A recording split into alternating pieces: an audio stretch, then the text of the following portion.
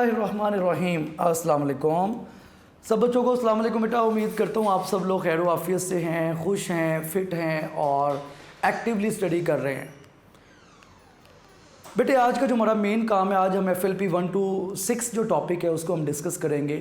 बेटा बहुत से बच्चे जो हैं वो पेपर में कुछ क्वेश्चंस जो हैं बाकी सब्जेक्ट्स के इररेलेवेंट भी आ रहे हैं। फिजिक्स के तो अल्लाह का शुक्र है कि एक आध ही ऐसा क्वेश्चन हुआ है जो थोड़ा सा इररेलेवेंट हुआ है। अगर बेटे आपको कोई भी इररेलेवेंट क्वेश्चन नज़र आए, आप कंप्लेन लाजमी करें, लाजमी कंप्लेन करें। फिजिक्स के जो क्वेश्चन है, कुछ शिफ्ट ऐसी हैं जिसमें बिल्कुल थ्योरेटिकल ज़्यादा पोर्शन है, 90% पोर्शन थ्योरेटिकल है। कुछ ऐसे ग्रुप है जिसमें कैलकुलेशन ज़्यादा आई है। तो अभी तक दोनों तरह के ही रिज़ल्ट मिल रहे हैं और पेपर आसान है। फिजिक्स का अभी तक जो सुनने में आया कि पेपर जो है वो बहुत आसान है। बुक की लाइंस आ रही हैं, बुक की लाइनें आप इससे अंदाज़ा लगा लें। तो बेटा उम्मीद है कि इंशाल्लाह ताला आप सब अच्छा परफॉर्म करेंगे और एक्टिवली परफॉर्म करेंगे। सबसे मेन चीज़ ये है कि आपकी जो परफॉर्मेंस है उसमें बरकत भी हो। तो स्टार्ट करते हैं फर्स्ट MCQ से। फर्स्ट MCQ में बेटे आपको उसने वर्क डन भी दिया हुआ है, पावर भी दी हुई है और वो आपको कह रहा है कि टाइम आपने निकालना है मिनट्स में। तो बेटे आपने क्या करना है फर्स्ट MCQ का राइट ऑप्शन डेल्टा ऑप्शन है। आपको पता है बेटे पावर का फार्मूला है P = W/T, ये पावर का फार्मूला है। P की वैल्यू बेटे आपके पास 2 है, W की वैल्यू 3000 है, डिवाइडेड बाई T ये वैल्यू आ जाएगी। इसका मतलब आप T को इस तरफ ले आए तो ये आपके पास आ जाएगा 3000 डिवाइडेड बाई 2, यानी कि आंसर आपके पास आ जाएगा 1500 सेकेंड। ये टाइम आ गया। अब देखो सेकंड्स में तो टाइम गिवन नहीं है, उसने आपको ट्रैप करने के लिए 1500 मिनट्स लिखा हुआ है। तो आप बच्चों ने ये करना है कि 1500 को आप डिवाइड कर दें 60 पे। जब बेटे आप इसको 60 पे डिवाइड करते हैं तो ये एग्जैक्ट आंसर आपके पास 25 मिनट्स आ जाएगा। तो ये बेटे आपने इसमें काम करना था कि टाइम आपके पास सेकंड में आ रहा है लेकिन सेकंड में आंसर नहीं है, उसको आप मिनट्स में कन्वर्ट कर लें तो ये डेल्टा ऑप्शन बनेगा। सेकेंड MCQ देखिएगा। सेकेंड MCQ में बेटे अगेन आपने एफिशिएंसी वाला फार्मूला यूज़ करना था, इसका बीटा ऑप्शन है। बेटे आपको पता है कि एफिशिएंसी का फार्मूला होता है output power over input power, ये एफिशिएंसी का फार्मूला। बेटे आपको एफिशिएंसी गिवन है 65%, तो आप लिखोगे 65 divided by 100 is equal to output आपने निकालनी, इसको आप x कह लो। इनपुट की आपके पास वैल्यू कितनी है? इनपुट की आपके पास वैल्यू है 12 किलो जॉल, ये आपको वैल्यू गिवन है 12 किलो जॉल। तो आपको पता है जब भी एफिशिएंसी निकालनी होती है, आपने एनर्जी निकालनी है, एफिशिएंसी निकालनी, बेटे फार्मूला यही वाला यूज़ होता है। तो सिंपली अब आप इसको सिंप्लीफाइड फॉर्म में लिख लें, ये 12 किलो जॉल है, यानी कि 12 × 10⁻³ ये वैल्यू है इसकी। जब आप इसको सॉल्व करते हैं बेटा, क्रॉस मल्टीप्लाई करवा लें तो देखो ये 100 जो है बेटे इसकी यहाँ पे सिंपली 10 रह जाएगा, ये आ जाएगा 65 इज इक्वल टू x/120। चूँकि यहाँ पे 10 रह गया ना, ये 10⁻² इसे कैंसिल आउट हो गई। तो बेटा x की वैल्यू निकाल लो, 65 को आप मल्टीप्लाई करवा दो 120 के साथ, तो ये आपके पास फाइनल इसका रिजल्ट होगा 7.8 किलो जॉल में अगर आप लिखेंगे तो ये आपके पास रिजल्ट होगा 7.8 किलो जॉल। नेक्स्ट देखिएगा MCQ नंबर 3 जो है बेटे ये नम्स का क्वेश्चन है, ये एज इट इज़ आया हुआ है। MCQ नंबर 3 में वो आप लोगों को ये कह रहा है कि पहले डिस्टेंस है 80 मीटर 20 सेकंड में है, अगला डिस्टेंस है 70 मीटर वो 10 सेकंड में है। एवरेज स्पीड निकालने। बेटे एवरेज स्पीड का फार्मूला क्या होता है? जब भी एवरेज स्पीड निकालनी है टोटल डिस्टेंस को टोटल टाइम पे डिवाइड कर दें। जो भी एवरेज स्पीड होती है बेटा वो total distance divided by total time है। तो टोटल डिस्टेंस आप जाहिर है पहले 80 मीटर है फिर 70 मीटर है, अगर आप टोटल डिस्टेंस करेंगे तो बेटे 80 + 70 आएगा, डिवाइडेड बाय जो टोटल टाइम है पहले 20 सेकेंड है फिर 10 सेकेंड है, तो बेटे 20 + 10 ये टोटल टाइम होगा आपके पास। तो जब आप इसको सॉल्व करते हैं 150 डिवाइडेड बाई 30 आ जाता है बेटा, ये आपके पास 5 मीटर पर सेकेंड ये इसकी वैल्यू होगी, इसका रिजल्ट होगा। MCQ नंबर 4 देखिएगा। MCQ नंबर 4 में वो क्या कह रहा है? A rock of mass 20 kg travelling in space with a speed of 6 metre per second, kinetic energy निकालनी। बेटा इट्स वेरी सिंपल, फोर्स का डेल्टा ऑप्शन है। आपको पता है काइनेटिक एनर्जी का यही फार्मूला होता है 12 mv², ये काइनेटिक एनर्जी का जनरल फार्मूला। सिर्फ वैल्यूज लगा दो, kinetic energy is equal to 12, m की वैल्यू 20 है और बेटे v यानी कि 6 का स्क्वायर 36 हो जाएगा। सॉल्व कर लो बेटे, ये आपके पास 10 आ गया और ये 360 जॉल्स में आपके पास वैल्यू आ जाएगी, 360 जॉल। नेक्स्ट देखिएगा, what must change when a body is accelerating? The force acting on the body, the mass of the body, the speed of the body, the velocity. बेटे इस तरह के क्वेश्चन का डिसीजन हमेशा स्केलर और vector पे करते हैं। आपको पता है जब भी कोई बॉडी सर्कुलर पाथ में मूव कर रही है, अगर आप मैग्नीट्यूड कांस्टेंट भी रखें तो एक ऐसी चीज़ है जो हमेशा चेंज हो रही होती है, जिसको बेटे आप डायरेक्शन बोलते हैं। डायरेक्शन, जब भी कोई बॉडी सर्कुलर पाथ में मूव करेगी तो एक ऐसा फैक्टर होता है जो कभी चेंज नहीं होता, जो कि आप मैग्नीट्यूड की बात कर रहे होते हैं। लेकिन अगर आपने कभी ऐसे क्वेश्चन का डिसीजन लेना है तो आपने हमेशा ये देखना है कि अगर एक बॉडी सर्कल में मूव कर रही है तो हर पॉइंट के ऊपर उसकी जो डायरेक्शन है वो कंटिन्यूसली चेंज हो रही है। तो जाहिर है वेलोसिटी ही डायरेक्शन डिपेंडेंट क्वांटिटी है, बाकी आप ऑप्शन देख लें, इसमें कोई भी डायरेक्शन डिपेंडेंट नहीं है। Force acting on the body, force तो एक जैसी लग रही है, हालांकि फोर्स जो है वो वेक्टर क्वांटिटी है, लेकिन बॉडी जो है वो कह रहा है कि व्हाट मस्ट चेंज, हमेशा क्या चेंज होना चाहिए। तो अगर एक बॉडी कांस्टेंट वेलोसिटी से मूव कर रही है तो फोर्स उस पर चेंज नहीं होगी, वो तो एक जैसी है। इसी तरह मैस हमेशा कांस्टेंट रहता है, स्पीड भी कांस्टेंट रहती है। इसका सिर्फ और सिर्फ एक ही आंसर बन रहा है, डैट इज़ वेलोसिटी। वेलोसिटी हमेशा चेंज होगी, अगर बॉडी कॉन्स्टेंटली भी मूव कर रही है तो डायरेक्शन चेंज होने की वजह से वेलोसिटी चेंज हो जाएगी। अगला देखिएगा बेटे, if two electron are force to come close to each other the potential energy. बेटे 6 का आंसर है बीटा ऑप्शन। अगर आप इलेक्ट्रॉन्स को एक दूसरे के पास लेके आते हैं या प्रोटॉन्स को एक दूसरे के पास लेके आते हैं तो वो ज़ाहिर है रिपेल करेंगे। इसका बहुत इजी कॉन्सेप्ट ये देख लो कि अगर 2 इलेक्ट्रॉन एक दूसरे के पास आ रहे हैं तो जब आप इसको, आपको पता है ये रिपेल करेंगे, रिपल्शन की वजह से इनका डिस्टेंस ज़्यादा हो जाएगा। इनका अगर डिस्टेंस ज़्यादा हो जाता है तो इसका मतलब है वर्क डन ज़्यादा होगा, इनकी पोटेंशियल एनर्जी ज़्यादा हो जाएगी, ये समझ लें आप। तो आप 2 प्रोटॉन्स को पास ले आएँ, 2 इलेक्ट्रॉन्स को पास ले आएँ, दोनों केसेस में पोटेंशियल एनर्जी ज़्यादा हो जाएगी, चूँकि रिपल्शन होती है और उनकी पोजीशन में चेंज आता है, उनका डिस्प्लेसमेंट ज़्यादा हो जाता है। तो बेटा इसका आंसर होगा बीटा ऑप्शन, इंक्रीजेस। अगला देखें, which of the following changes when particle is moving with uniform velocity. तो बेटा एक चीज़ हमेशा जो चेंज होती है that is position vector. 7th जो MCQ है इसका राइट आंसर आपके पास डेल्टा ऑप्शन, पोजीशन वेक्टर। देखिए अगर एक बॉडी मूव कर रही है सर्कल में तो जाहिर सी बात है एक ऐसी चीज़ है जिससे हमेशा चेंज होना है, डैट इज़ पोजीशन वेक्टर। चूँकि हर पॉइंट के ऊपर हर इंस्टेंट टू इंस्टेंट उसकी पोजीशन चेंज हो रही है। अगर उसकी पोजीशन चेंज हो रही है तो जाहिर है उसका वेक्टर भी आउटवर्ड होगा, उसका वेक्टर भी चेंज होगा। तो एक चीज़ जो हमेशा चेंज होती है that is position vector, position vector change होगा। नेक्स्ट देखिएगा, the angle between radius vector and centripetal. बेटे 8 का राइट आंसर है चार्ली ऑप्शन, पाई रेडियन। इसका चार्ली ऑप्शन क्यों है? क्योंकि ये मैंने क्लास में भी बच्चों को MCQs में करवाया हुआ है। आपको पता है जब कोई बॉडी सर्कुलर पाथ में मूव करती है तो सेंट्रीपिटल फोर्स सर्कल के सेंटर की तरफ होती है। अगर सेंट्रीपिटल फोर्स सर्कल के सेंटर की तरफ है, आप इसका जब वेक्टर या पोजीशन बनाओगे वो आउटवर्ड होगी। देखो एक कॉमन सेंस यूज़ करो कि सेंट्रीपिटल फोर्स सर्कल के सेंटर की तरफ है, जो इसका वेक्टर है वो हमेशा आउटवर्ड होगा, मतलब फोर्स इनवर्ड है और वेक्टर बेटे जो है वो इसका काम पे आउटवर्ड, क्योंकि पोजीशन वेक्टर होता ही हमेशा आउटवर्ड है।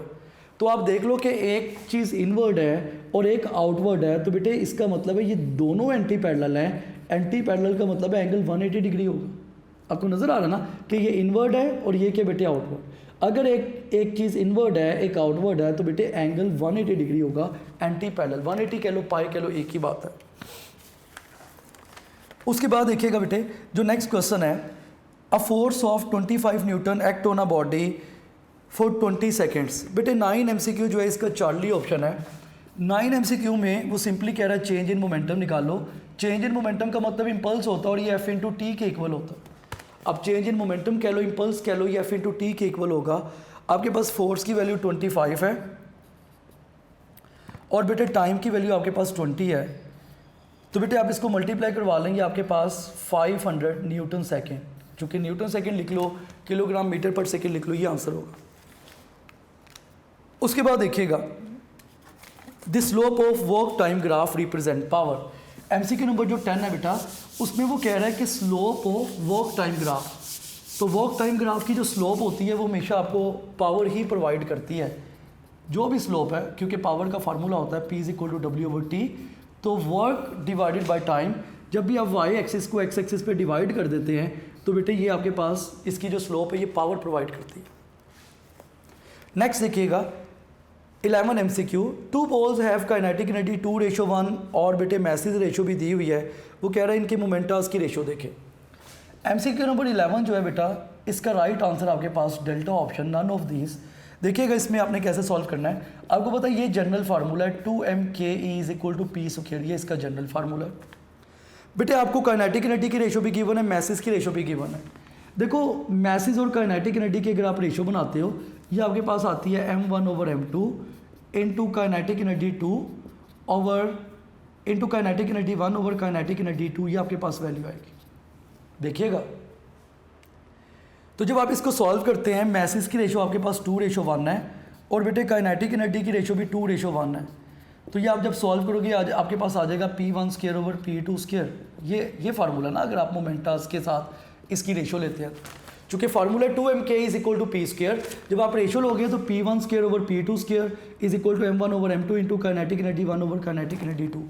जब आप इसको सॉल्व करते हो ये आ जाता है p1² ओवर p2² = 4/1। दोनों तरफ स्क्वायर रूट ले लो, यहाँ पे भी और यहाँ पे भी, तो फाइनली आपके पास जो रिजल्ट है वो ये आ जाएगा p1 ओवर p2 = 2:1। तो बेटे ये इसका आंसर आ रहा है 2:1, जो कि बेटे आपके पास अल्फा ऑप्शन बन रहा है, नॉट डेल्टा। इसका आंसर होगा alpha option. Alpha is the right option, alpha 2:1 आ रहा है इसका आंसर, 2:1। तो आप देख लो कि simply 2mk = p² formula use किया, मैंने रेशो बना लिया m1/m2 multiply by kinetic energy 1 over kinetic energy 2 = p1² over p2²। 2 इसलिए नहीं मैंने लिखा क्योंकि 2 इधर भी आएगा, वो कैंसिल आउट हो जाएगा। तो ये आपके सामने मैंने इसे सॉल्व किया। तो इसका जो राइट आंसर आपके पास डेट इज़ अल्फा ऑप्शन। उसके बाद 12 देखिएगा, 12 में क्या कॉन्सेप्ट है, वो कह रहा है if the tangential and centripetal acceleration are tangent and along the centre respectively then resultant acceleration. बेटा ये एक बहुत अच्छा क्वेश्चन है कि रिजल्टेंट एक्सेलरेशन आप कैसे निकालते हैं। देखो आप बच्चों को पता है कि सेंट्रीपिटल एक्सेलरेशन हमेशा सर्कल के सेंटर, ये सेंट्रीपिटल एक्सेलरेशन, और टेंजेंशियल एक्सेलरेशन बाहर टेंजेंट की तरफ है, इसको आप टेंजेंशियल एक्सेलरेशन कह लो। गौर करो ज़रा, एक ऐसा एक्सेलरेशन जो हमेशा सर्कल के सेंटर की तरफ है दैट इज सेंट्रीपिटल एक्सेलरेशन, और जो बेटे टेंजेंट की तरफ होता है उसको आप टेंजेंशियल एक्सेलरेशन कहते हैं। समझने वाली बात यह है कि अगर आप इसको ट्रायंगल बना लो इस तरह से, अगर आप कहते हैं तो आप ये ट्रायंगल इसकी बना लो, तो देखो आप इस पर पाइथागोरस थ्योरम अप्लाई कर सकते हो। आप इसको x कह लो कि अगर आपने x निकालना है बेटा, x² = बेस² प्लस हाइपोटेनस स्क्वायर। जाहिर सी बात है एक AT है और एक आपके पास AC है, ये आ जाएगा AC² प्लस AT², ये वैल्यू आ जाएगी। जब आप दोनों तरफ स्क्वायर रूट ले लोगे, यहाँ पे भी और यहाँ पे भी, बेटे ये से कैंसिल आउट हो जाएगा, x की वैल्यू आ जाएगी √AC² प्लस AT², ये वैल्यू आ जाएगी। तो ये इसका आंसर है, जो कि बेटे डेल्टा ऑप्शन बनता है। 12 का राइट आंसर डेल्टा ऑप्शन। इस पर आपने सिंपली पाइथागोरस थ्योरम अप्लाई करना था। आपको पता है कि सेंट्रीपिटल एक्सेलरेशन सर्कल के सेंटर की तरफ है, टेंजेंशियल एक्सेलरेशन जो है वो टुवर्ड्स टेंजेंट है। आप ये ट्रायंगल कंप्लीट कर लो, जब आप कंप्लीट करोगे पाइथागोरस थ्योरम अप्लाई करो, ये आंसर आ जाएगा। तो ये बहुत ही सिंपल क्वेश्चन था। नेक्स्ट देखिएगा 13 क्वेश्चन में बेटे आपको वो कह रहा है कि आप स्पीड निकालें। 13 का राइट आंसर आपके पास चार्ली ऑप्शन। 13 में आप लोगों ने क्या करना है, 13 क्वेश्चन में आपको पता है टेंशन कह लो, सेंट्रीपिटल फोर्स कह लो, उसका फार्मूला mv²/r, ये बेटे इसका फार्मूला है। अब देखो आपको फोर्स की वैल्यू गिवन है 25, मैस बेटे उसने आपको दिया हुआ 1 kg, स्पीड निकालनी और आर की वैल्यू भी आपके पास 1 मीटर। सिर्फ वैल्यूज लगा दो, क्योंकि यहाँ पे टेंजेंट जो है, जो टेंशन है वो सेंट्रीपिटल फोर्स है, क्योंकि सेंट्रीपिटल फोर्स की वजह से बॉडी सर्कुलर पाथ में मूव कर रही होती है। तो जब आप इसे सॉल्व करोगे v² की वैल्यू 25 आ जाएगी। स्क्वायर रूट आप ले लो यहाँ पे भी और यहाँ पे भी, v की वैल्यू आपके पास 5 मीटर पर सेकेंड होगी। तो इसका जो राइट आंसर है that is 5 metre per second. Next देखिएगा बेटे, what forces are acting on a drop book that fall to the floor. अगर एक बुक को हम ऐसा ड्रॉप कर देते हैं, ऊपर से नीचे फेंकते हैं, जाहिर सी बात है बेटे इस पर ग्रेविटी की तो फोर्स लगेगी, उसके साथ एयर रेजिस्टेंस भी लगेगी। वैसे तो हम आइडियल केसेस लेते हैं, अगर हम फिजिक्स में देखें तो हम लेते तो आइडियल केसेस हैं, लेकिन एक्चुअली इस पर लगने वाली फोर्सेस बहुत सी हैं, जैसे एयर रेजिस्टेंस भी है, ग्रेविटी भी है। अब यहाँ पे जो इसका बेस्ट ऑप्शन बनता है that is beta option. Option इसके सारे सही हैं, लेकिन हमने देखना है जो ज़्यादा ऑथेंटिक है, ज़्यादा ऑथेंटिक जो है वो इसमें बीटा ऑप्शन। तो 14 का राइट आंसर आपके पास होगा बेटे बीटा ऑप्शन, क्योंकि इस पर ग्रेविटी की फोर्स भी लग रही है और एयर रेजिस्टेंस भी लग रही है। Direction of angular acceleration is always along. Angular acceleration की डायरेक्शन कहाँ पे होती है? Along axis of rotation, delta option. आप बच्चों को पता है कि जितनी भी वेक्टर क्वांटिटीज़ हैं इन सबकी direction along axis of rotation ही होती है। एक्सिस ऑफ रोटेशन क्या होता है कि अगर एक बॉडी सर्कल में मूव कर रही है, इसके सेंटर से एक सीधी लाइन, ये एक्सिस ऑफ रोटेशन है। तो जितनी भी वेक्टर क्वांटिटीज़ आपको पता है उन सबकी डायरेक्शन ऐसे अपवर्ड होती है, ये इस लाइन के अक्रॉस। तो एक्सिस ऑफ रोटेशन सेंटर से एक सीधी लाइन, जिसकी आप जब भी एक सेंटर से सीधी लाइन ड्रॉ करोगे जो एक बॉडी मूव कर रही है, इसको इसका एक्सिस ऑफ रोटेशन कहा जाता है। तो याद रखिएगा जितनी भी वेक्टर क्वांटिटीज़ होती हैं सबकी डायरेक्शन हमेशा अलोंग एक्सिस ऑफ रोटेशन ही होती है। एंगुलर डिस्प्लेसमेंट देख लें आप, एंगुलर वेलोसिटी देख लें, एंगुलर एक्सेलरेशन देख लें, सबकी direction across axis of rotation, along axis of rotation. उसके बाद 16 क्वेश्चन देखिएगा कि बेटे 16 में आपने क्या करना था। 16 का राइट आंसर है बेटे डेल्टा ऑप्शन। आपने इसमें ये काम करना था, फॉर्मूला है V equal to r omega. V की वैल्यू 1600 सेंटीमीटर पर सेकेंड है तो बेटे 100 पे डिवाइड कर दो। R की वैल्यू 2 होगी क्योंकि बेटे डायमीटर अगर 4 है, आपको पता है कि अगर डायमीटर 4 है उसको आप हाफ कर दो, वो रेडियस बन जाएगा। रेडियस की वैल्यू 2 मीटर होगी, ठीक है। इसका मतलब रेडियस आपके पास 2 आ गया, ओमेगा आपने निकालना है। सॉल्व कर लो, 2 0 इससे कैंसिल आउट हो जाएंगे। ओमेगा की वैल्यू आपके पास 16/2 आ जाएगी। 16/2 का मतलब है 18 रेडियन पर सेकेंड, ये आपके पास वैल्यू होगी। तो ये इसका आंसर होगा आपके पास 8 radian per second, that is delta option. उसके बाद देखें the ratio of angular velocity of earth to that of angular velocity of minute hand. बेटे इसका बीटा ऑप्शन है। अर्थ की एंगुलर वेलोसिटी की रेशियो वो कह रहा है, मैं आपको ये सॉल्व करके दिखाता हूँ कि देखिएगा आप लोगों ने इसमें करना क्या था। 17 क्वेश्चन का बेटे राइट आंसर होगा आपके पास बीटा ऑप्शन। वो कह रहा है angular velocity of earth to angular velocity of minute hand. Earth की एंगुलर वेलोसिटी की आप रेशियो लो, angular velocity of minute hand. बेटा अर्थ की एंगुलर वेलोसिटी होती है 2π/24 रेडियन पर आवर, चूँकि ज़मीन 24 घंटों में एक चक्कर लगाती है, 24 आवर्स में, 24 घंटों में। और मिनट हैंड का मतलब होता है 2π/60 रेडियन पर मिनट। ये देखो ये मिनट हैंड का फार्मूला 2π/60 रेडियन पर मिनट। अब देखो इसको हम कैलकुलेट नहीं कर सकते, सॉल्व नहीं कर सकते, क्योंकि इसका यूनिट कुछ और है, इसका यूनिट कुछ और है। इसी वजह से हम क्या करेंगे बेटे, ये जो आपके पास और हैंड है इसको हम कन्वर्ट कर लेंगे मिनट में। अगर मैंने और को मिनट बनाना है तो बेटा 24 को आप 60 से मल्टीप्लाई करवा दो, अब ये रेडियन पर मिनट बन गया। तो यूनिट का इक्वल होना ज़रूरी है। अगर यूनिट इक्वल नहीं होते तो आप कभी भी सॉल्व नहीं कर सकते। यूनिट अगर सेम होंगे कि ऊपर रेडियन पर मिनट है, नीचे भी रेडियन पर मिनट हो, ऊपर रेडियन पर सेकंड है, नीचे भी रेडियन पर सेकंड हो, तब आप सॉल्व कर सकते हैं। देखो रेडियन पर मिनट, 2π/60, 2π/60 कैंसिल आउट हो गए, 1:24 आंसर आ जाएगा। ये इसका आंसर होगा। तो इसमें टेक्निकल पॉइंट ये है कि आपको ये पता होना चाहिए कि हमने उसको कन्वर्ट कैसे करना है। नेक्स्ट देखिएगा कि a body is projected theta is equal to 45 degree. तो बेटा 18 क्वेश्चन बहुत सिंपल है। 18 क्वेश्चन में आपने क्या करना है बेटा, सिंपली आपको पता है रेंज का फार्मूला यूज़ करें VI²/G। चूँकि 45 पे रेंज मैक्सिमम होती है ना, क्योंकि रेंज के फार्मूला में sin 2 थीटा आता है, वो मैक्सिमम रेंज हो जाएगी।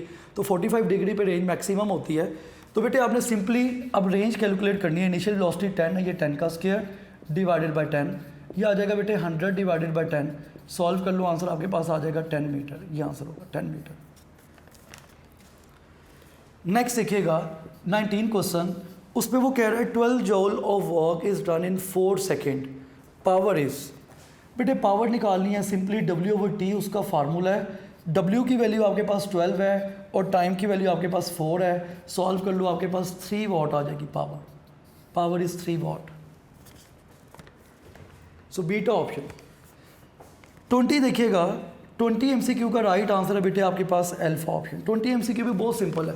देखो इसमें इतने मैंने ऐसे MCQ इसमें ऐड किए गए हैं, आप सिंपली आप देख सकते हो कि बहुत सिंगल स्टेप डिपेंडेंट है, मतलब कोई लेंथी भी नहीं जा रहा, सिंपल कैलकुलेशन है जो इजीली सब बच्चे सॉल्व कर सकते हैं।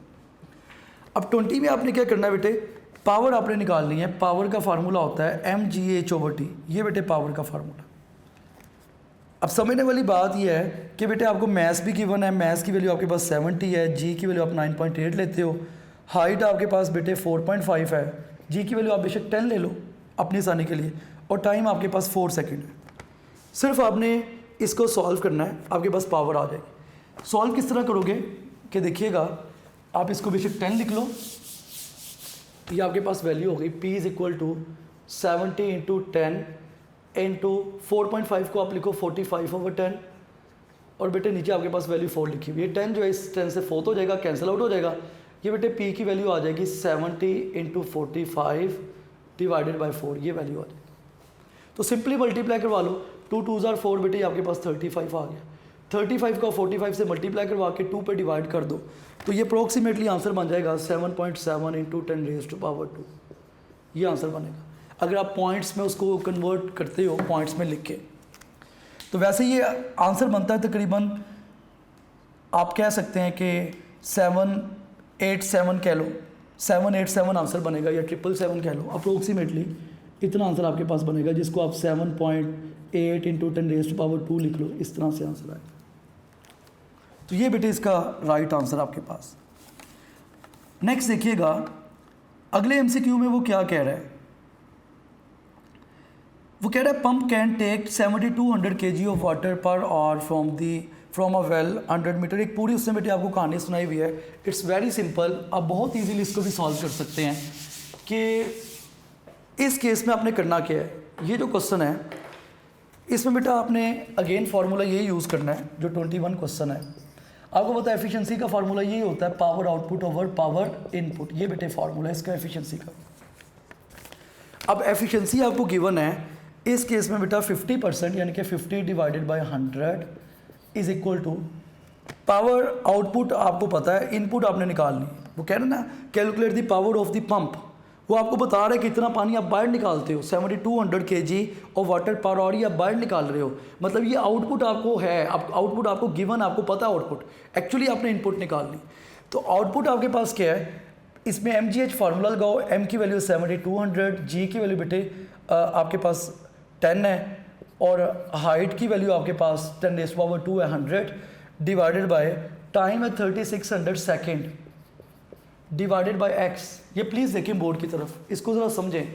मैंने किया क्या कि एफिशिएंसी का फार्मूला, एफिशिएंसी हमें गिवन है 50/100, ये यानी कि आपके पास 1/2 आ जाएगी efficiency is equal to output power. आपको वो बता रहा है कि इतने kg मैस है, ये इसकी हाइट है, हाइट उसने आपको 100 दी है, मैंने 10⁻² लिख ली। जी की वैल्यू 10 है, वैसे तो 9.8 होती है, मैंने यहाँ पे आसानी के लिए 10 लिखी क्योंकि हम कैलकुलेशन में 10 यूज़ करते हैं। टाइम जो है वो आपको कह रहा है पर आवर, 1 घंटा, 1 घंटे में बेटे 3600 सेकेंड होते हैं, ठीक है। अब x मैंने इनपुट पावर मैंने निकालनी बेटे, इसको मैंने x कह दिया कि x आपने फाइंड आउट करना है। जब आप सॉल्व करोगे आपके पास 1/2 आ गया बेटे, इसको इससे कैंसिल आउट करो, ऊपर आ गया इधर 2 10s are 20, या आप इसको लिख लो ये 2 इंटू 10⁻³ आ गया और नीचे x, ये x आपने निकालना है। एक लाइन का क्वेश्चन, क्रॉस मल्टीप्लाई करवा दो तो x की वैल्यू आपके पास आ जाएगी 4 इंटू 10⁻³ यानी कि x की वैल्यू आपके पास 4 किलो वाट आ जाएगी, चूँकि 10⁻³ का मतलब है किलो। तो ये है, इसमें टेक्निकल पॉइंट यही है कि आपको आउटपुट गिवन है, आपने इनपुट निकालें। उसके बाद देखो बेटे 2 cars A and B take the same time to go around 2 concentric track of radii, the ratio of the speed। तो बेटे आपने सिंपली इसमें यही फार्मूला यूज़ करना है। जो 22 क्वेश्चन है इसका राइट आंसर आपके पास चार्ली है। देखो स्पीड का ये फार्मूला होता है v = s/t, तो s की जगह आप 2πr लिख दो डिवाइडेड बाई t। ये देखिएगा प्लीज़ बोर्ड की तरफ, स्पीड का यही फार्मूला ना, v = distance divided by time. तो डिस्टेंस 2πr है, चूँकि वो कंसेंट्रिक सर्कल की बात कर रहा है, सर्कमफेरेंस लेंगे आप, तो बेटे ये आपके पास वैल्यू आ जाएगी 2πr/t।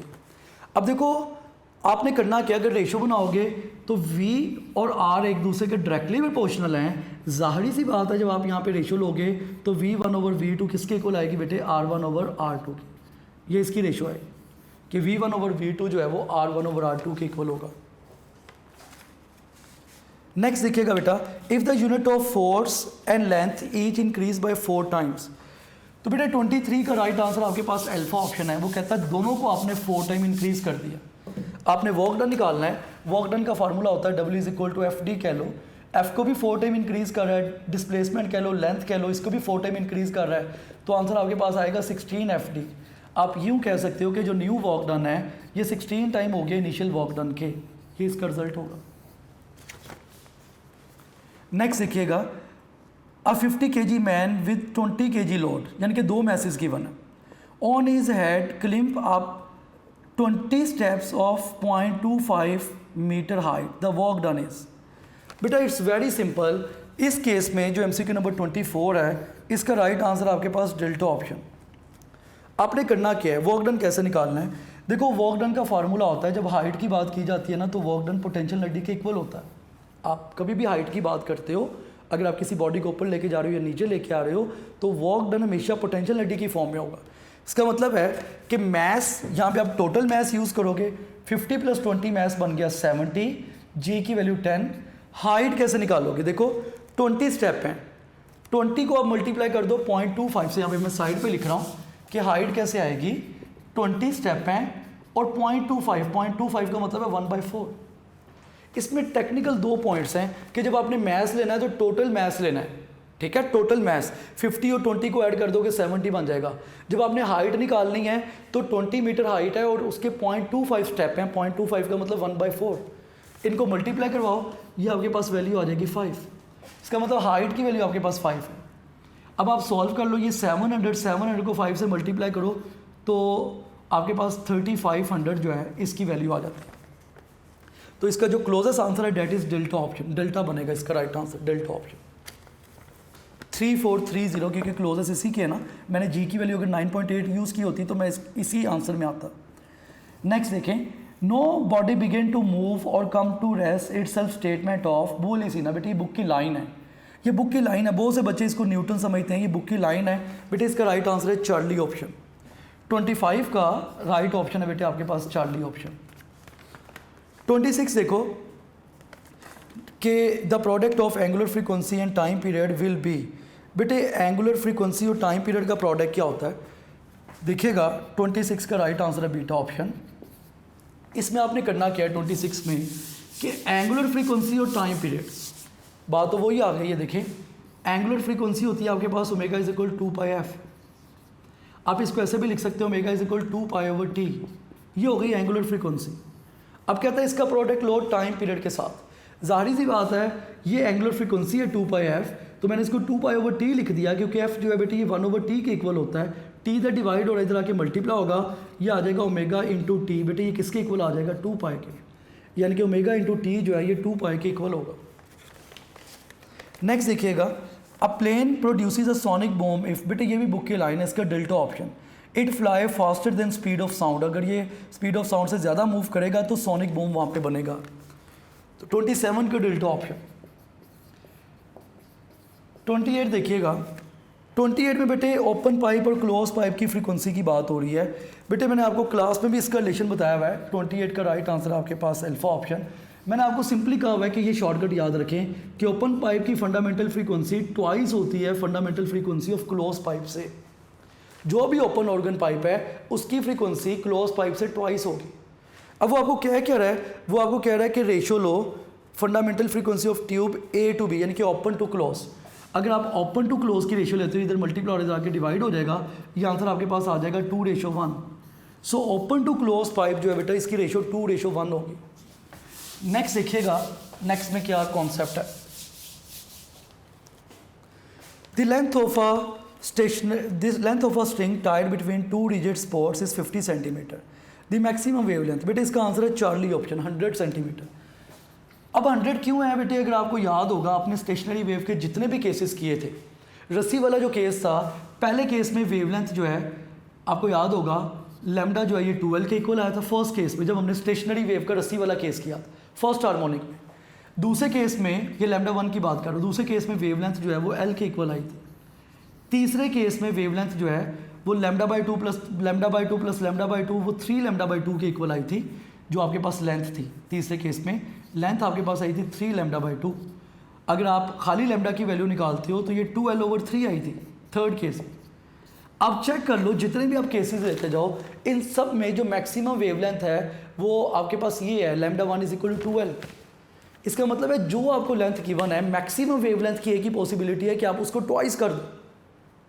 आप बच्चों ने बुक में स्टेशनरी वेव के जितने केसेस पढ़े थे ना, उसमें पहले केस में वेवलेंथ ये आती है, दूसरे केस में वेवलेंथ ये आती है, तीसरे केस में वेवलेंथ ये आती है। अब इसे चेक कर लो, देखो आपको पता है कि शॉर्टकट भी मैंने आपको इसका लिखवाया है। शॉर्टकट इसका क्या है कि λ = 2L/n। अगर आप n की वैल्यू 1 यूज़ करोगे, अगर आप कहते हो n की वैल्यू 1 है तो लैम्डा की वैल्यू 2L आ जाएगी। अगर आप कहते हो n की वैल्यू 2 है तो लैम्डा की वैल्यू आपके पास L के इक्वल आ जाएगी, चूँकि 2 जाहिर सी बात है इससे कैंसिल आउट हो जाएगा। अगर आप लैम्डा की जगह पे 3 लिखते हो तो वेवलेंथ जो है वो 2L/3 के इक्वल आएगी, अप टू सो ऑन। तो समझने वाली बात भी यही है कि इसमें एक ही मैक्सिमम वैल्यू है जो कि 2L है। यानी कि जो आपको लेंथ गिवन है आप इसको ट्वाइस कर दो बेटे 100 सेंटीमीटर, तो 29 का चार्ली ऑप्शन। 30 देखिएगा, 30 में क्या कॉन्सेप्ट है या 30 में आप लोगों ने क्या करना है देखिएगा। 30 क्वेश्चन में वो कह रहा है कि 480 आपके पास फ्रीक्वेंसी है और फर्स्ट ओवरटोन की बात कर रहा है क्लोज पाइप। बेटा क्लोज पाइप की ये सीरीज़ बनती है F1, F3, F5, F7, F9 up to so on. Close organ pipe में कभी भी आपको पता है कि इवन हार्मोनिक नहीं बनेगा, हमेशा ऑड हार्मोनिक बनेगा। अब समझने वाली बात यह वो कह रहा है, उसने यहाँ पे वर्ड यूज़ किया फर्स्ट ओवरटोन। बेटे आपको पता है इसको आप बोलते हैं फर्स्ट हार्मोनिक, इसका नाम होता है फर्स्ट हार्मोनिक। और बेटे इसको जीरो ओवरटोन भी कहा जाता है, जीरो ओवरटोन। फर्स्ट हार्मोनिक कह लो, जीरो ओवरटोन कह लो, एक ही बात। इसी तरह जो F3 है, F3 का मतलब होता है बेटे आपके पास सेकंड हार्मोनिक, और इसको बेटे आप फर्स्ट ओवरटोन बोलोगे, फर्स्ट ओवरट्यून। समझने वाली बात यह है कि F3 है फर्स्ट ओवरट्यून। जब हम इसको सॉल्व करेंगे तो ये आएगा F3 is equal to 3F1, ये वैल्यू आएगी। तो F3 की उसने आपको वैल्यू दी हुई है, F3 की आपके पास वैल्यू है बेटे 480 इज इक्वल टू 3F1। यहाँ से F1 की वैल्यू निकाल लो, 480 डिवाइडेड बाई 3 आपके पास वैल्यू आ जाएगी। तो 3 1s are 3 बेटे, 1 के आगे कैरी हो जाएगा, 3 6 are 18 और 0 160 हर्ट्ज आंसर आएगा इसका। A given system undergoes a change in which work done by the system equal to the decrease in internal energy. The system must be undergoes. बेटे internal energy decrease किस में होती है? वो adiabatic process में होता है, और आपको पता है एडियाबैटिक कंप्रेशन में होती है। एडियाबैटिक एक्सपेंशन में इंटरनल एनर्जी डिक्रीज होती है। तो 31 का जो आंसर है डैट इज एडियाबैटिक चेंज। 31 का राइट आंसर है बेटे बीटा ऑप्शन। आप बच्चों को पता है इसके दो केसेस हैं। एक तो केस ये था W is equal to minus delta U, एक ये केस था W is equal to plus delta U. इसको आप बोलते थे एडियाबैटिक एक्सपेंशन। ये एडियाबैटिक एक्सपेंशन होता था, इसमें इंटरनल एनर्जी आपको पता है कि इंटरनल एनर्जी इसमें डिक्रीज़ करती थी और वर्क इंक्रीज़ करता था। और इसको आप बोलते थे compression, adiabatic compression. Adiabatic compression में इंटरनल एनर्जी इंक्रीज़ होती थी और वर्क डिक्रीज़ हो जाता था। तो एक्चुअली जो चेंज आ रहा है वो एडियाबैटिक चेंज आ रहा है, बीटा ऑप्शन। नेक्स्ट देखिएगा बेटा, नेक्स्ट जो क्वेश्चन है, जो 32 क्वेश्चन है, वो भी एक बहुत अच्छा और बहुत इजी क्वेश्चन है। 32 का बेटे राइट आंसर आपके पास अल्फा ऑप्शन। 32 में आपने क्या करना था, आपको पता है कि इंटरनल एनर्जी वो कह रहा है बेटे, इसमें सिंपली ये फार्मूला लगाओ, Q is equal to delta U plus W, that is first law of thermodynamics. जब आप इसको सॉल्व करते हो तो ये ऐसे होता है, Q is equal to delta U plus P delta V. ये इसको आपको पता है इसकी सिंप्लीफाइड फॉर्म है। अब देखो बेटे Q की आपके पास कितनी वैल्यू है, Q आपको गिवन है 50, डेल्टा यू आपने निकालना है, प्लस P की वैल्यू आपको गिवन है 10 रेज टू पावर 1 2 3 4। P की वैल्यू आ जाएगी 10 रेज टू पावर 4। वॉल्यूम का मतलब होता है area multiply by other side. Area बेटे आपको गिवन है, जो उसका एरिया 0.2 है, एरिया की वैल्यू 0.2 है, और बेटे डिस्टेंस है 2 इंटू 10 रेज टू पावर -2। ये ऐसे सॉल्व होगा क्या आप बच्चों को Q is equal to delta U plus W formula है, delta U as it is, P की वैल्यू भी गिवन है, डेल्टा V वॉल्यूम का मतलब होता है length into width into height, यानी कि एरिया इंटू अदर साइड। अब सॉल्व कर लो, ये आ जाएगा 50 is equal to delta U plus बेटे ये 10 रेज टू पावर 4 इंटू 0.2 को आप लिखो 2/10, और बेटे ये 2 है इंटू 10 रेज टू पावर -2। ये बेटे आप जब इसको इस फॉर्मेट पे लिखोगे तो आपको पता है कि एक 10 इससे कैंसिल आउट हो जाएगा, ये 10 रेज टू पावर 3 आ जाएगा। ये हो जाएगा 50 is equal to delta U plus 2 2s are 4 into 10 raise to power 3 में से 2 माइनस करोगे तो सिंपली 1 रह जाएगा। देखो ना, एक 10 को मैंने इसे कैंसिल आउट कर दिया, ये 10 रेज टू पावर 3 रह गया। अब ये 10 रेज टू पावर 3 और -2 सिंपली 10 आ जाएगा, इनके पावर 1। ये आ गया 50 is equal to delta U plus 40। बेटे डेल्टा यू की वैल्यू निकाल लो तो ये आपके पास 10 आ जाएगी, 10 जूल्स आपके पास वैल्यू होगी। ये आंसर होगा इसका, 10 जूल। नेक्स्ट देखिएगा, जो MCQ नंबर 33 है बेटे, वो तो नज़र ही आ रहा है कि इसमें अगर आप इसकी स्टेटमेंट ध्यान से देखते हैं कि बाद में वो वैल्यू 40 कर रहा है, और पहले स्टार्टिंग में जो गिव आउट था वो 20 जूल था। तो 20 में आप 40 ऐड कर दो, सिंपली 60 बन जाएगा ना, कि इनिशियली सिर्फ एक लेंथी स्टेटमेंट दिया और इसमें कोई भी कॉन्सेप्ट नहीं है कि पहले 20 थी फिर 40 हो गई, तो 60 जूल आंसर होगा। 34 देखिएगा, 34 में बेटे वो क्या कह रहा है, 34 में आपने सिंपली ये फार्मूला यूज़ करना है कि P1/P2 is equal to T1/T2, क्योंकि प्रेशर टेम्परेचर के डायरेक्टली प्रोपोर्शनल होता है आइसोकोरिक में। तो बेटे पहला टेम्परेचर 300 केल्विन है, चूँकि सेल्सियस में कभी भी नहीं रखते हम, सेल्सियस को केल्विन में कन्वर्ट करने के लिए 273 ऐड करते हैं। इसी तरह जो नीचे वाला टेम्परेचर है 127, उसमें भी 273 ऐड करोगे, वो 400 केल्विन बन जाएगा। सॉल्व कर लो बेटे, ये 2 0 से कैंसिल आउट, आंसर 3/4 आ जाएगा, ये आंसर होगा। नेक्स्ट देखिएगा, fundamental frequency of an open pipe of length 0.5 is equal to frequency of first overtone. अब इसमें ना कंडीशन को समझना है। ये बहुत से बच्चे इसमें अगर गलती करेंगे तो वो कंडीशन को नहीं समझेंगे तो मिस्टेक करेंगे। वो क्या कह रहा है, वो कहता है fundamental frequency of an open pipe की फंडामेंटल फ्रीक्वेंसी वो होती है V/2L, ये फंडामेंटल फ्रीक्वेंसी ओपन पाइप की, is equal to frequency of first overtone. Close pipe का फर्स्ट ओवरटोन का मतलब होता है F3, ठीक है। F3 का मतलब होता है 3F1 यानी कि 3 × V/4L। ये प्लीज बोर्ड की तरफ देखें। एक्चुअली वो आपको क्या कह रहा है कि ओपन ऑर्गन पाइप की fundamental frequency close organ pipe के फर्स्ट ओवरटोन के बराबर है। इसके फर्स्ट ओवरटोन का मतलब है F3, इसका F3, क्लोज ऑर्गन पाइप का F3। जब आप सॉल्व करोगे तो आपको पता है F3 का मतलब है 3F1। अब यहाँ पे मैंने V/4L क्यों लिखा, क्योंकि क्लोज पाइप की जो फंडामेंटल फ्रीक्वेंसी होती है वो V/4L होती है। क्लोज ऑर्गन पाइप की हमेशा क्लोज ऑर्गन पाइप की फंडामेंटल फ्रीक्वेंसी V/4L होगी। इसको आप ओपन पाइप की लेंथ लिख लो, इसको क्लोज पाइप लिख लो। सॉल्व कर लो बेटे, V से कैंसिल आउट हो जाएगा। ये आपके पास आ जाएगा 1/2L0 is equal to 3/4LC। बेटे ये 2 2 4 होगा, ये आ जाएगा 1 length of open organ pipe is equal to 3/2 length of close organ pipe. तो बेटे आप इसको सॉल्व कर लो। लेंथ ऑफ क्लोज पाइप आपने निकालनी है, ये इधर आ जाएगी। तो ये आपके पास वैल्यू हो जाएगी 3/2 into length of open pipe. तो आप ऐसे लिखो 3/2 into length of open pipe. बेटे आपको गिवन है 0.5, इसको 0.5 को आप 1/2 लिख लो, तो ज़ाहिर है ये 3/4 आ गया। 3 को आप अंदर रखो, 4 पे डिवाइड करो, पॉइंट लगा के 0 लगा दो। 4 7 are 28, माइनस करोगे 2 आ जाएगा, 0 लगा दोगे 4 5 are 20, तो 0.75 आंसर आ गया, 0.75। तो इसका राइट आंसर है बीटा ऑप्शन 0.75। 36 देखिएगा, 36 में वो कह रहा है girl move away from the source of a sound at constant speed, compare the frequency of the wave produce by the source the frequency of the sound wave heard by the girl. बेटे वो wave move कर रही है। अब जाहिर है जितना वे जाते जाएंगे, आप एक एम्बुलेंस से दूर जा रहे हैं, आप एक साउंड सिस्टम से दूर जा रहे हैं, आप जितना दूर जाते जाएंगे वैल्यू जो है वो कम होती जाएगी बेटे, डिक्रीज होती जाएगी। तो इसका आंसर है डिक्रीज होगी वैल्यू, लोअर होगी value. In an isothermal process which of the following is not true. 37 का बेटे राइट आंसर है चार्ली ऑप्शन। चूँकि आइसोथर्मल प्रोसेस में आपको पता है कि वो पूछ रहे कौन सा ट्रू नहीं है। तो आइसोथर्मल प्रोसेस में हम ऐसा नहीं कहते कि no heat enter leave the system, हम तो सिर्फ टेम्परेचर को कांस्टेंट रखते हैं। ये तो एडियाबैटिक की कंडीशन है कि no heat enter leave the system. The velocity of sound in air is not affected by the change in. बेटे ये एटमॉस्फेरिक प्रेशर, आपको पता प्रेशर को जितना मर्जी चेंज कर लें, कम कर लें, ज़्यादा कर लें, बहुत कम कर लें, बहुत ज़्यादा कर लें, प्रेशर की वजह से स्पीड ऑफ साउंड पे कभी भी किसी भी तरह का इफेक्ट नहीं होगा। स्पीड ऑफ साउंड हमेशा कांस्टेंट रहेगी। आप 10 एटमॉस्फेरिक कर लें, 40 एटमॉस्फेरिक कर लें, 50 कर लें, स्पीड ऑफ साउंड इंडिपेंडेंट रहेगी बेटे। वो कभी भी इसके ऊपर डिपेंड ही नहीं करती, हमेशा इंडिपेंडेंट होती है।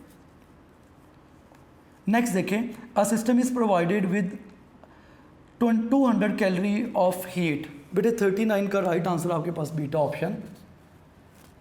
39 का बीटा ऑप्शन क्यों है? देखो आपको पता है यही formula Q is equal to delta U plus W, general formula तो यही। अब उसने आपको हीट दिया 200 कैलोरी, ये 200 कैलोरी आ गई। उसके बाद बेटे वो कह रहा है कि वर्क की वैल्यू है 40 जॉल, इंटरनल एनर्जी आपने निकाल दी। अब देखो ये कैलोरी है, ये जॉल है, आपको पता है कैलोरी में कभी भी नहीं रखते, हमेशा इसको आप जॉल में कन्वर्ट करते। तो बेटा अगर आपने कैलोरी को जॉल में कन्वर्ट करना है तो 4.1 joule is equal to 4.8 calorie, ये इसमें रिलेशन होता है, यानी कि 4.18 कैलोरी होते हैं एक जॉल में। तो सिंपली कभी भी आपने अगर जॉल को कैलोरी या कैलोरी को जॉल बनाना है, इन दोनों में एक्चुअली जो रिलेशन है वो 4.18 का है। तो आपने सिंपली इसको 4.18 से मल्टीप्लाई करवा दें, is equal to 40 plus delta U। तो देखो जब आप इसको 4.18 से मल्टीप्लाई करवा दोगे तो ये आपके पास 800 समथिंग वैल्यू आ जाएगी। इसको आप अप्रोक्सीमेटली 840 कह लो, ठीक है। ये 40 प्लस डेल्टा यू, वैसे तो ये 840 एग्जैक्ट नहीं आएगा, 838 समथिंग आएगा। तो 840 में से आप 40 माइनस कर लो, ये आपके पास डेल्टा यू की वैल्यू आ जाएगी। डेल्टा यू आ जाएगा बेटे 800। तो इतना आपके पास जो रिज़ल्ट है 800 इसका रिज़ल्ट होगा। तो ये बेटे आपके पास आंसर बनता है बीटा ऑप्शन कि इंटरनल एनर्जी जो है वो डिक्रीज़ हो जाएगी, 800 डिक्रीज़ होगी। इंक्रीज़ तो हो ही नहीं ना सकती क्योंकि work done by the system है। Work done by the system है, वर्क पॉजिटिव। इसमें बड़ा ये टेक्निकल पॉइंट है कि work done by the system, अगर बेटे work done by the system है तो इसका मतलब है वर्क पॉजिटिव है, वर्क इंक्रीज़ हो रहा है। देखो ना, work done by the system का मतलब है पॉजिटिव वर्क। जब वर्क इंक्रीज़ हो रहा होता था ना तो इंटरनल एनर्जी जाहिर सी बात है इस केस में उतनी क्या होगी, डिक्रीज़, कम होती जाएगी। लास्ट देखिएगा, what will be the wave velocity if radar give 54 waves पर मिनट।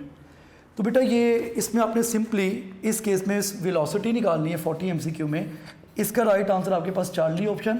आपको पता है ये फार्मूला होता है V = F लैम्डा। फ्रीक्वेंसी का मतलब क्या होता है, number of wave divided by time. देखो ये भी फ्रीक्वेंसी का फार्मूला है कि आप नंबर ऑफ वेव्स को टाइम पे डिवाइड कर दो, ये भी फ्रीक्वेंसी है। तो नंबर ऑफ वेव्स 54 हैं, टाइम आपके पास जो है बेटे वो पर मिनट यानी कि 60 सेकंड हो जाएंगे, और बेटे आपके पास वेवलेंथ 10 गिवन है। सॉल्व कर लो, 0 0 से कैंसिल आउट हो जाएगा, 6 9 are 54, तो 9 मीटर पर सेकंड इसका आंसर होगा। तो इस MCQ का बेटे राइट आंसर आपके पास चार्ली। तो ये बच्चों हमारा फर्स्ट ईयर का यानी कि फर्स्ट ईयर की फुल बुक का टेस्ट था। आप जिसको कह सकते हैं कि टोटली हाफ बुक अगर हमने 2 पार्ट्स कर लिए MD कैट के, तो जाहिर है हमने फर्स्ट ईयर की फिजिक्स का FLP हमने डिस्कस किया। इसके बाद वाला जो लेक्चर होगा उसमें हम सिंपली सेकेंड ईयर की फिजिक्स का जो पोर्शन होगा बेटे उसका FLP हम डिस्कस करेंगे।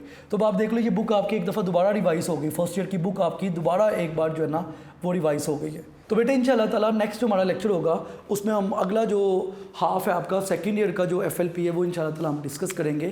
तो मेरी कोशिश यही होती है कि एक एक MCQ बोर्ड पे सॉल्व करूँ, आपको सिखा दूँ, एक एक पॉइंट आपका क्लियर हो ताकि किसी भी तरह की कन्फ्यूजन ना हो।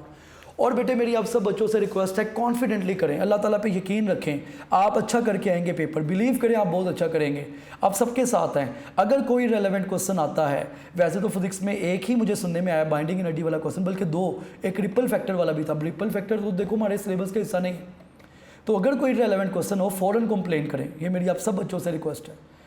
तो बेटे खुश रहें, आबाद रहें, दुआ में याद रखें और बहुत ईमानदारी से एफर्ट करें।